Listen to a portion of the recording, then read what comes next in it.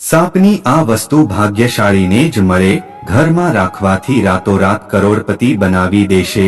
નમસ્કાર, જય માતાજી, જય શ્રી કૃષ્ણ। મિત્રો, આપ સૌનું સ્વાગત છે અમારી યુટ્યુબ ચેનલ પર। ભાગ્યશાળી હોય તેને જ કુદરતી રીતે આ કાંચળી મળે છે। જો તમને અચાનક કોઈ જગ્યાએથી સાપની કાંચળી મળી જાય તો તેને ઘરે લઈ આવવી। આ વસ્તુ તમને રાતોરાત માલામાલ કરી શકે છે। પરંતુ પ્રશ્ન એ થાય કે સાપની કાંચળીને ઘરે લાવી કરવાનું શું? તો ચાલો તમને જણાવીએ સાપની કાંચળીને ઘરમાં કેવી રીતે રાખવી અને તેનાથી શું લાભ થાય। હિન્દુ ધર્મમાં સાપને પૂજનીય માનવામાં આવ્યો છે। ભગવાન શિવ પણ સાપને પોતાના ગળામાં ધારણ કરે છે। સાપ એવું પ્રાણી છે જે થોડા સમયે પોતાની કાંચળી બદલે છે।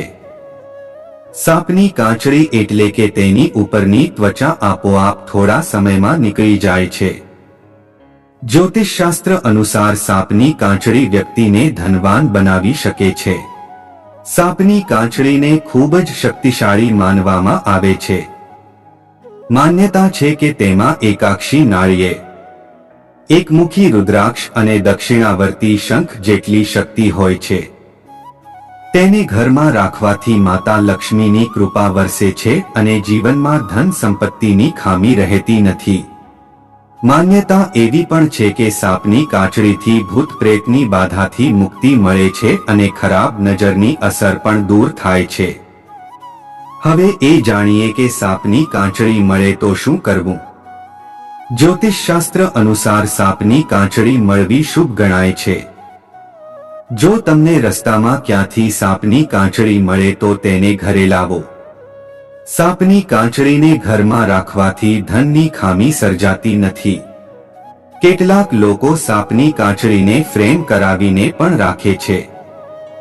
જો કે સાપની કાંચળી ઘરે લાવો તો એક વાતનું ધ્યાન રાખો કે તે તૂટે નહીં। જો તેના કટકા થઈ જાય તો તેનાથી લાભ થતો નથી।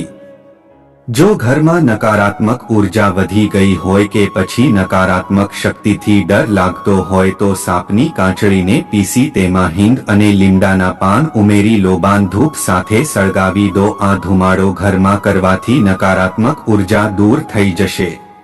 મિત્રો, તમને અજાણકારી પસંદ આવી હોય તો વિડીયોને લાઈક કરી ચેનલને સબસ્ક્રાઇબ કરવાનું ભૂલતા નહીં અને કોમેન્ટમાં તમારો અમૂલ્ય વિચાર શેર કરવાનું પણ ભૂલતા નહીં। જય શ્રી કૃષ્ણ।